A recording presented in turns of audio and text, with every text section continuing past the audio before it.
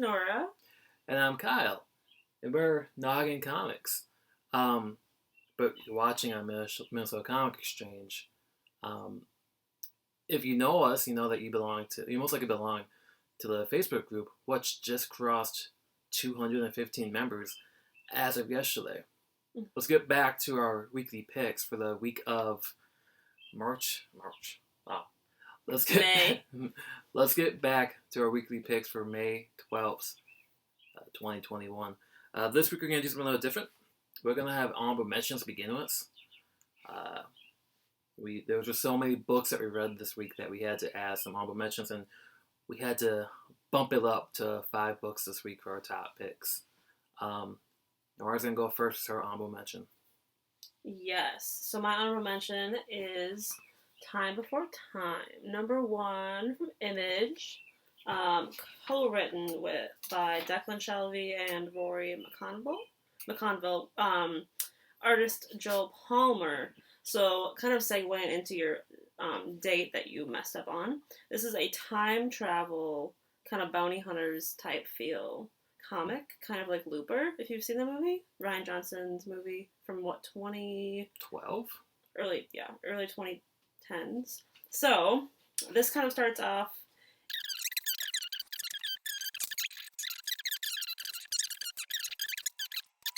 You kind of have this surprise where as he's trying to escape, something happens. And I thought it was a good kind of cliffhanger issue. Kyle enjoyed it, but I think I liked it a little better.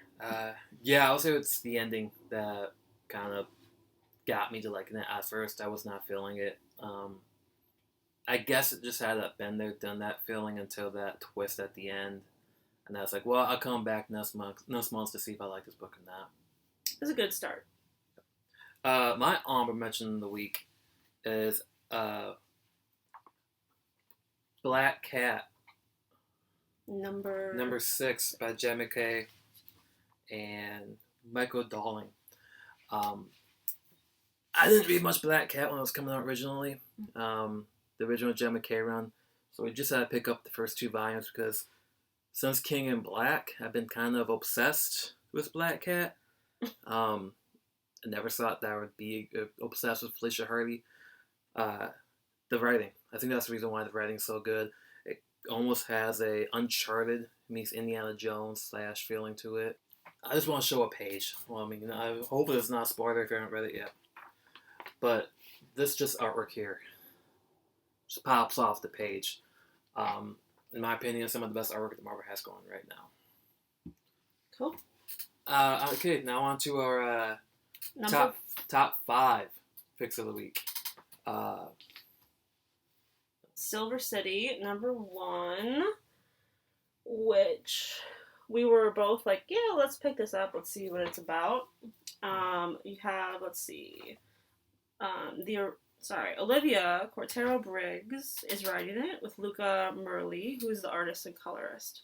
So, Kyle liked this a little more surprisingly than me. But yeah, I think I liked it the most because of the theme. The theme of life after death, and is there a heaven? Is there a hell? What's purgatory like?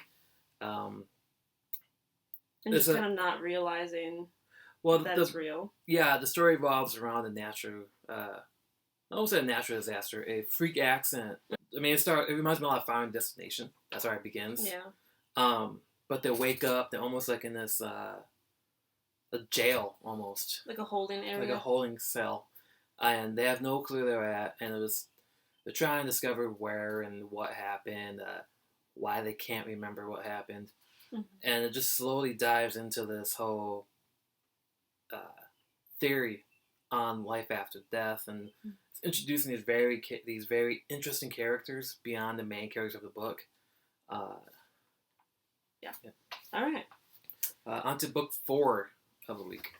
My unbiased opinion now. Yeah. Star Wars: The High Republic, number 5. We have Keeve and Skier on the cover there.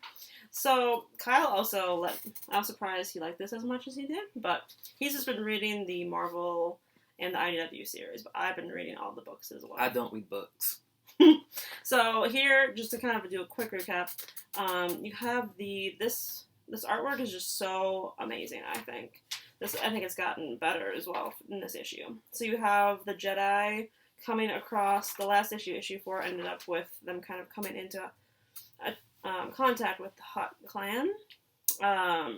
And they're also fighting off the Dren gear. So this is just a really cool image where you have, spoilers if you haven't read it so far, but Skier is kind of being mind controlled by the Dren gear, and he's fighting off the Hutt right here.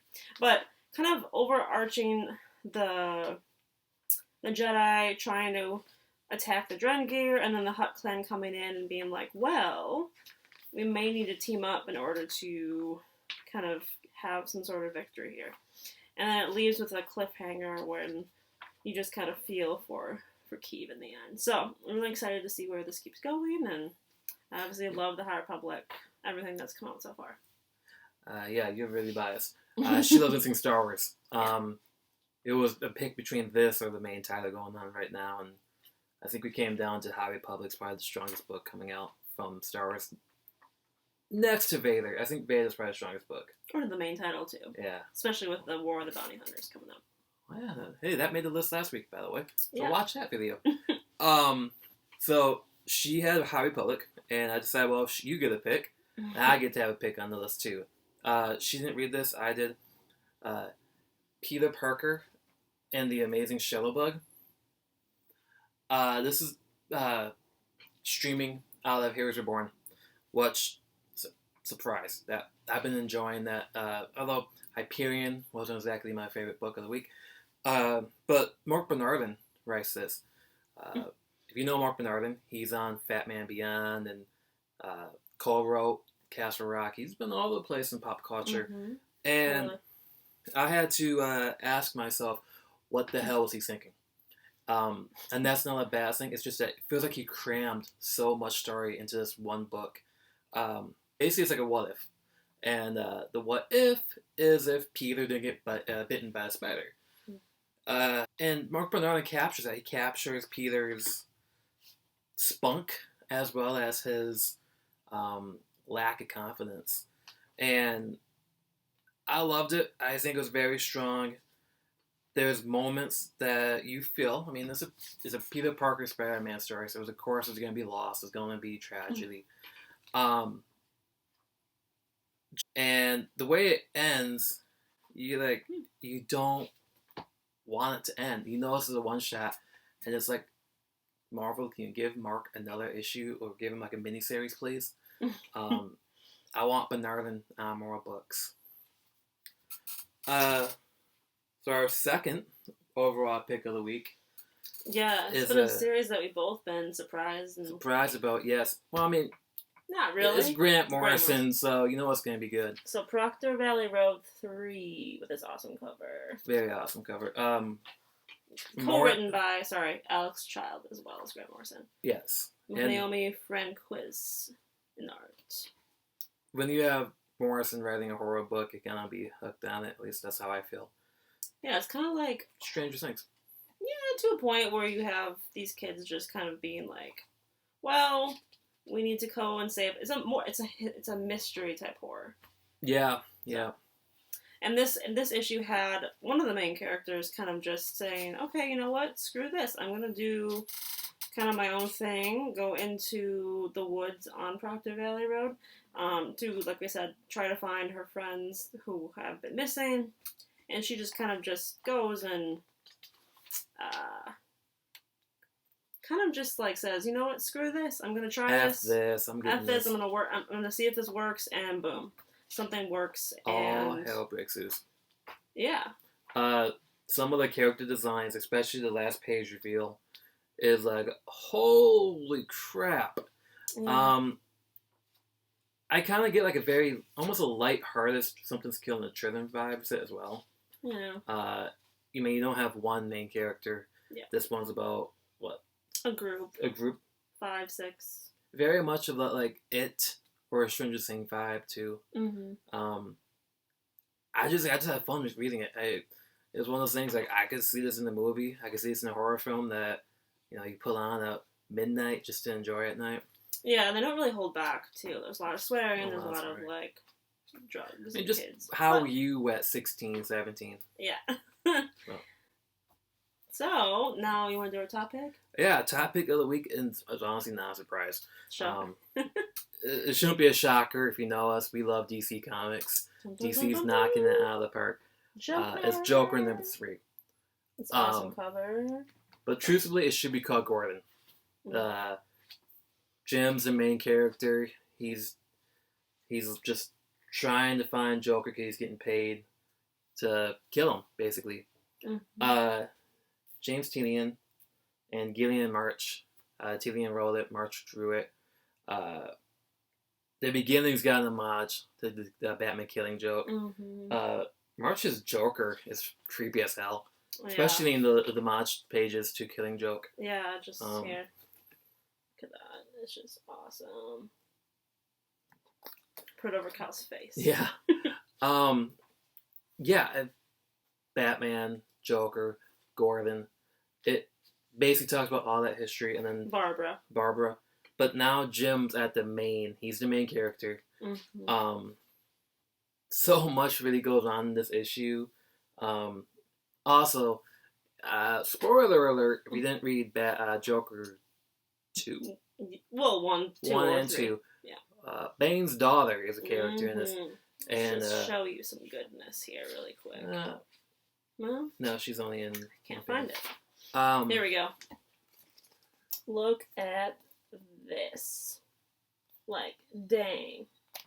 I really hope that she's not just one of these throwaway characters because yeah, design's great. Having a female Bane could do a lot with that. Work on it, yes. But I mean, ends in a cliffhanger. Yeah, Italian's never disappointed us before.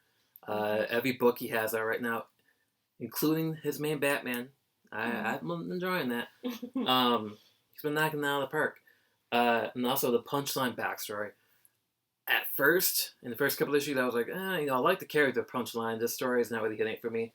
This issue, this backstory, yeah, I enjoyed it. Also, I love the homage to Scott Snyder in the college. Snyder College, awesome. When if you didn't know, Scott Snyder taught James Tynion in college. Oh, they co-worked too. They co-worked on Batman Detective. Yeah, but they knew each other from those days. So yeah, we're just obviously wanting more right now. So yeah, those are our picks. I'm looking forward to next month and all these titles.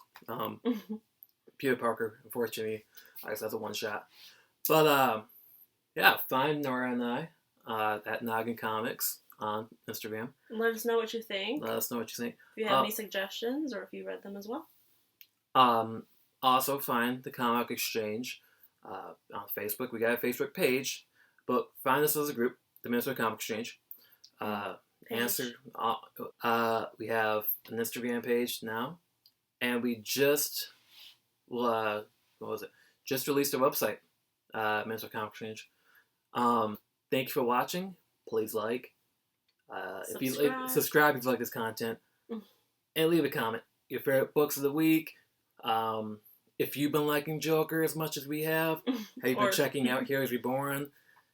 Do you like Star Wars? Or do we just read too many books and we're just... Yes. Do we need to save money? That's what she's saying. No. But thank you for watching. See you next week, or hopefully sooner. Thanks. Bye.